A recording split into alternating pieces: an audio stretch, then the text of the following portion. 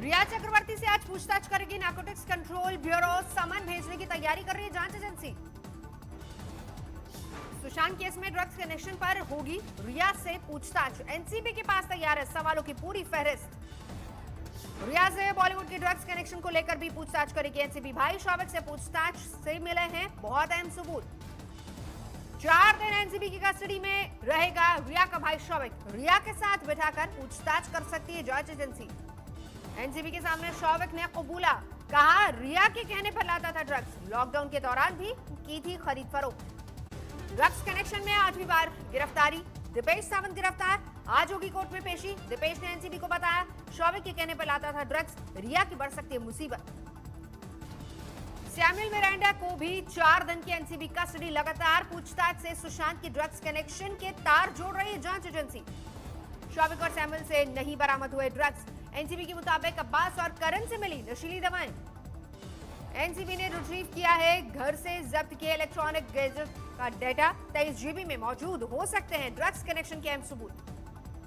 सुशांत की बहन मीतू सिंह सीबीआई की पूछताछ सिद्धार्थ पिठानी के बयानों का क्रॉस वेरिफिकेशन कर रही है जांच एजेंसी। मीतू के सामने जांच एजेंसी ने फिर से किया क्राइम सीन का रिक्रिएशन। एम्स के 3 डॉक्टर्स रहे साथ में मौजूद। सुशांत के घर पर नीरज, सिद्धार्थ और केशव को लेकर पहुंची थी सीबीआई की टीम। 14 जून की पूरी घटना के तार जोड़ने की कोशिश। सीबीआई ने मीतू से जानने की कोशिश की मौत की खबर पर। जब वो सुशांत के घर पहुंची तो लोगों का रिएक्शन कैसा था। संदीप सिंह पर भी सीबीआई ने मीतू से किया सवाल। मीतू ने कहा संदीप सिंह को मैं पहले से नहीं जानती थी। सुशांत की मौत के दिन ही वो मिला और उसी ने बताया कि वो सुशांत का दोस्त है। सीबीआई ने संदीप सिंह से भी की पूछताछ। काले कपड़ों से चेहरा ढककर पहुंचा सुशांत के कथित दोस्त। सुशांत की फैमिली फ्रेंड स्मिता पारक ने सीबीआई अधिकारियों से की मुलाकात। कहा सुशांत नहीं कर सकते खुदकुशी। 13-14 जून की रात को जरूर कुछ गड़बड़ हुई। स्मिता ने सीबीआई को बताया 14 जून को सुशांत बहन मीतू और परिवार के साथ वक्त बिताने वाले थे, लेकिन 13 जून की रात को सुशांत ने बहन का फोन पिक नहीं किया। स्मिता के मुताबिक मीतू ने सुशांत को मैसेज भी किया। जवाब नहीं मिलने पर सिद्धार्थ पिठानी को फोन किया, लेकिन पिठानी ने कहा वो जूस लेकर सोने चले गए। स्मिता पारक ने सिद्धार्थ पिठानी और सैमुअल मिरांडा पर भी उठाई उंगली। कहा सिर्फ पिठानी और सैमुअल ने ही सुशांत को लटके हुए देखा और किसी ने नहीं। स्मिता पारक ने सुशांत के चेहरे पर खरोच होने का भी किया जिक्र। साथ ही किया दावा सुशांत कभी नहीं कर सकते खुदकुशी। सुशांत के पिता के सिंह के वकील विकास सिंह का बड़ा बयान। कहा कुछ बड़ा छिपाना चाहती है मुंबई पुलिस। महाराष्ट्र के गृह मंत्री अनिल देशमुख ने कहा सीबीआई को सहयोग कर रही है मुंबई पुलिस। सुशांत की मौत पर सियासत लगातार जारी। बिहार बीजेपी ने जारी किया स्टिकर, लिखा है न भूला है न भूले देंगे। कंगना रनौत का विरोधियों पर फिर ट्वीट वार। लिखा 2008 में मूवी माफिया ने मुझे बताया था साइको। 2016 में मुझे विच और स्कॉचर करार दिया। कंगना ने लिखा 2020 में महाराष्ट्र के एक मंत्री ने मुझे सार्वजनिक तौर पर गाली दी क्योंकि मैंने एक हत्या के बाद मुंबई में खुद को असुरक्षित महसूस किया था। कंगना रनौत ने किया सवाल असहिष्णुता का मुद्दा उठाने वाले योद्धा आखिर अब कहां हैं। पटना में जस्टिस फोरम टीम ने सुशांत के परिजनों के लिए मांगा इंसाफ। दीप जलाकर सुशांत को दी श्रद्धांजलि। महाराष्ट्र सरकार के खिलाफ व्यापक आक्रोश। बिहार में हम और एआईएमएम का गठबंधन खटाई में पड़ने के बाद मांझी पर भड़के अख्तरुल-रहमान। दलित के बहाने निजी हित साधने का लगाया आरोप। जेडीयू को भी बताया मुस्लिम विरोधी। गलवान में चीन से सीमा विवाद के बीच भारत लद्दाख में तेजी से कर रहा है तीसरी सड़क का निर्माण। नीमू पदम डार्चा रोड का निर्माण कार्य लगभग 90% पूरा। सामरिक दृष्टि से नीमू पदम डार्चा रोड का निर्माण बेहद अहम। टैंक और हथियार सामग्री पहुंचाने में मिलेगी मदद। ले जाने की दूरी घटेगी और ये सड़क करगिल को जोड़ेगी। इस सड़क पर एक बड़ा पुल इस वक्त हम आपको दिखा रहे हैं जिसकी लंबाई 360 किलोमीटर है। ये पुल बनकर तैयार हो रहा है। पिछले 3 सालों में काफी तेजी के साथ काम किया है बीआरओ ने यहाँ पर। चीन के साथ तनाव के बीच भारत की एक और कामयाबी जल्दी ही पूरा होगा। नीमू पदम दर्जा सड़क का काम हर मौसम में हो सकेगी आवाजाही। लेह लद्दाख के लिए रवाना हुई तोपें। पूरे दिन मंडी पठानकोट नेशनल हाईवे पर चलती रही आर्मी की गाड़ियां। एलएसी पर तनातनी के बाद मॉस्को में पहली बार चीनी रक्षा मंत्री वई फेंग से मिले राजनाथ सिंह। 2.5 घंटे तक चली बातचीत। चीन को लेकर जमकर लताड़ा। हाल में पैंगोंग लेक के दक्षिणी किनारे पर घुसपैठ की कोशिश को लेकर बरसे राजनाथ सिंह, चीन को अपनी हदों में रहने की चेतावनी दी। चीनी रक्षा मंत्री को राजनाथ सिंह की 2 टूक, एलएसी पर मई से पहले वाली स्थिति में लौटे चीनी फौज। राजनाथ सिंह के साथ बैठक में चीन ने की चालबाजी, चीनी रक्षा मंत्री ने एलएसी पर तनाव के लिए भारत को ठहराया जिम्मेदार। अरुणाचल सीमा पर भी दिखी चीन की हिमाकत, कांग्रेस विधायक डुनांग इरिक का दावा, 5 भारतीयों को चीनी सेना ने किया अगवा। ब्रिक्स देशों की बैठक में भारत ने उठाया आतंकवाद का मुद्दा, विदेश मंत्री एस जयशंकर ने कहा आतंक के खिलाफ एकजुट हो सारी दुनिया। कोरोना काल में रेलवे की बड़ी तैयारी, 40 और रेलगाड़ियों को दौड़ाने की तैयारी, 12 सितंबर से ट्रैक पर होंगी 80 ट्रेनें। देश में जारी है कोरोना का कहर, 24 घंटे में रिकॉर्ड 86,000 से ज्यादा मरीज, 40,23,000 के पार पहुंचा कुल आंकड़ा। पुणे में तेजी से बढ़ रही है कोरोना पीड़ितों की संख्या, केंद्रीय मंत्री प्रकाश जावड़ेकर की अध्यक्षता में रोकथाम की बड़ी रणनीति। महाराष्ट्र के डिप्टी सीएम अजीत पवार का बयान, पुणे में लॉकडाउन खत्म करने के लिए समाज तमाम घटकों का बनाया दबाव जिम्मेदार। रांची के एक निजी अस्पताल में शव की अदला बदली का मुद्दा गरमाया, मुख्यमंत्री और राज्य के स्वास्थ्य मंत्री के हस्तक्षेप पर अस्पताल प्रबंधन पर एफआईआर दर्ज। कोरोना संकट में लोगों के मददगार बने जयपुर के श्याम व्यास, लोगों को मुफ्त बांट रहे काढ़ा, अपनी जेब से खर्च के 60,000 रुपए। कोरोना काल में डेयरी उद्योग पर सबसे बड़ी लॉकडाउन की मार, अनलॉक में भी नहीं संभल रहा धंधा। सारनाथ में डेयरी के धंधे से जुड़े लोगों को घाटा। देश में पिछले 24 घंटे में करीब 1100 लोगों की मौत, अब तक करीब 69,000 से ज्यादा लोगों की जा चुकी है जान। महाराष्ट्र में पिछले 24 घंटे में 19,000 से ज्यादा नए मामले, 8,63,000 से ज्यादा हुआ कुल मरीजों का आंकड़ा।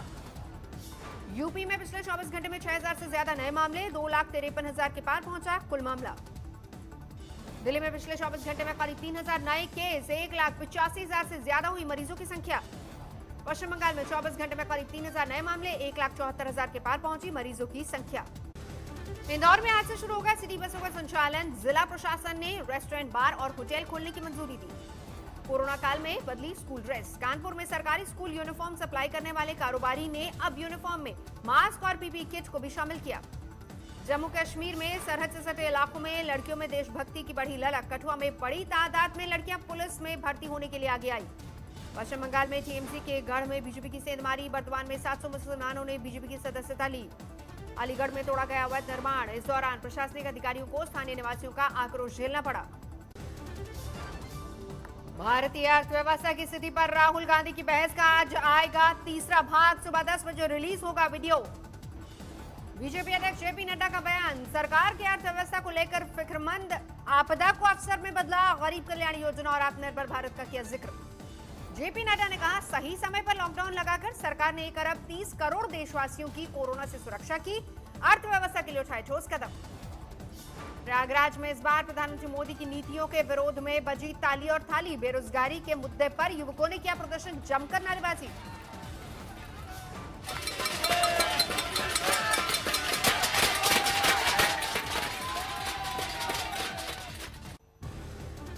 अयोध्या में भूमि पूजन के बाद राम मंदिर निर्माण ने पकड़ी रफ्तार, मंदिर का फाउंडेशन तैयार करने के लिए कानपुर से लाई गई मशीनें।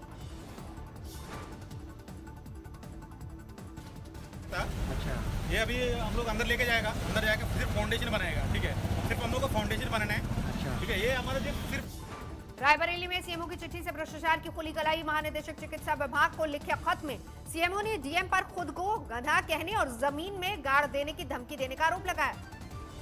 रायबरेली में कोरोना संकट पर बैठक के दौरान डीएम ने सीएमओ को लगाई थी फटकार, सुधर जाने की दी थी हिदायत। पंजाब में आम आदमी पार्टी के नेता हरपाल सिंह चीमा ने सीएम कैप्टन अमरिंदर सिंह को बताया देशद्रोही और आईएसआई का एजेंट, पाकिस्तानी महिला को घर में शरण देने का जिक्र किया। जम्मू कश्मीर के कुपवाड़ा में पाकिस्तान की नापाक हरकत, सरहद पार से फायरिंग में एक जवान शहीद। पुंछ में लगातार सीज फायर का उल्लंघन कर रहा पाकिस्तान, मुंह तोड़ जवाब दे रही भारतीय फौज। जम्मू कश्मीर के कुपवाड़ा में सुरक्षा बल आतंकियों की घेराबंदी की, आतंकियों के छिपे होने की मिली थी खुफिया सूचना। मध्य प्रदेश के जबलपुर में रेलवे की इंजीनियरिंग विभाग की बड़ी लापरवाही, निर्माण के लिए ब्लास्ट से नुकसान। उत्तरकाशी में दर्दनाक हादसा, गिट्टी से भरा ट्रक मकान पर गिरा, मां बेटे की मौत। करनाल में कोरोना संकट की वजह से कई ढाबे 48 घंटे तक के लिए बंद, सुखदेव ढाबे के कर्मचारियों को कोरोना पॉजिटिव। करनाल में स्वास्थ्य विभाग ने कई ढाबों पर जाकर कर्मचारियों के कोरोना सैंपल्स जो रिपोर्ट आने तक बंद किया गया सभी ढाबे। शिमला में पुलिस कर्मियों की हो रही है कोरोना जांच, मॉनसून सत्र से पहले की जा रही तैयारी। नोएडा में कार लूटने के दौरान बदमाशों के हमले में घायल हुए छात्र की मौत, परिजनों ने आरोपियों को कड़ी सजा देने की मांग की। मुरादाबाद में घरेलू खिलौने की बढ़ी मांग, डोकलाम विवाद के बाद चीनी उत्पाद की मांग में आई कमी। अयोध्या में एक मंदिर पर कब्जे को लेकर विवाद में चली गोली, एक युवक पर ताबड़तोड़ फायरिंग, गंभीर हालत में लखनऊ रेफर किया गया। पुलिस ने युवक को गोली मारने के आरोप में एक शख्स को गिरफ्तार किया, 2 आरोपियों की तलाश अभी भी जारी।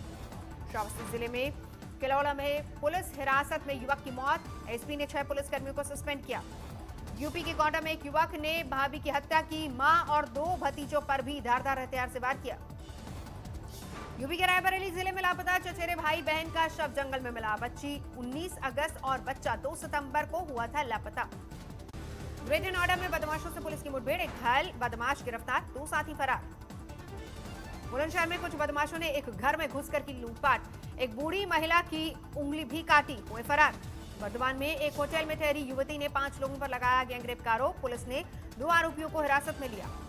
मथुरा में स्वामी घाट की गली से बहकर यमुना में समाई कार को निकाला गया बाहर, कई दूसरे वाहनों की तलाश जारी। मथुरा में कल 1 घंटे की बारिश के बाद दिखा था यही रौद्र रूप, गलियों में बहते दरिया में किश्ती बन गई थी कारें। जैसलमेर में मूसलाधार बारिश के बाद बाढ़ जैसे हालात, इंदिरा नहर टूटने का खतरा, 3 गांव को खाली करवाया गया। जैसलमेर के आनंदपुरा में सैलाब का संकट गहराया, 100 घरों का संपर्क बस्ती से कटा। महाराष्ट्र के धुले में सैलाब का संकट, देवाने से लमकानी जाने वाली सड़क कटी। धुले में भारी बारिश के बाद कोथा डैम हुआ ओवरफ्लो, नजदीकी इलाकों में बढ़ा बाढ़ का खतरा। गुरुग्राम में हुई जोरदार बारिश, कई हिस्सों में जलजमाव का संकट। जैसलमेर में हुआ दर्दनाक हादसा, एक गड्ढे में डूबने से 3 बच्चों की मौत, एक मासूम को बचाने में कामयाब रही मां। अमृतसर में बाइक चोरी के आरोपी को लोगों ने पीटा, पुलिस के हवाले किया। पिछले कुछ दिनों में कई बाइक चोरी हो चुकी थी। गौतम बुद्ध नगर में एक ट्रैफिक पुलिसकर्मी ने अफसर पर प्रताड़ित करने का आरोप लगाया, खुद के मानसिक तनाव में होने का दिया हवाला। गाजियाबाद में एक महिला की हत्या के आरोप में 2 आरोपी गिरफ्तार, पुलिस ने महिला के दामाद और उसके सहयोगी को हथियार के साथ दबोचा। सीहोर में एक किसान के बेटे ने खेत में की खुदकुशी, पिता के मुताबिक फसल खराब होने से परेशान था। आज जारी किया जाएगा इंडियन प्रीमियर लीग सीजन 13 का स्केड्यूल, 19 से 10 नवंबर तक खेले जाएंगे 60 मैच। 53 दिन में 14 मैच खेलेंगी आज टीमें, एलिमिनेटर, 2 क्वालिफायर और फाइनल समेत कुल 60 मुकाबले। बार्सिलोना क्लब नहीं छोड़ेंगे दुनिया के दिग्गज फुटबॉलर, मैनेजमेंट के हर्जाना लेने की धमकी के बाद लिया फैसला। कोरोना महामारी के बीच चिली में फिर भड़की हिंसा, राजधानी सेंटियागो की सड़कों पर जमकर तोड़फोड़ और आगजनी। दुनिया में बढ़ती जा रही है कोरोना की रफ्तार, 2 करोड़ 67 लाख पर पहुंची मरीजों की संख्या, करीब 8,80,000 के पार मौतों का आंकड़ा। नमस्कार, मैं हूं अंजना ओम कश्यप। हमें उम्मीद है ये वीडियो आपको पसंद आया होगा।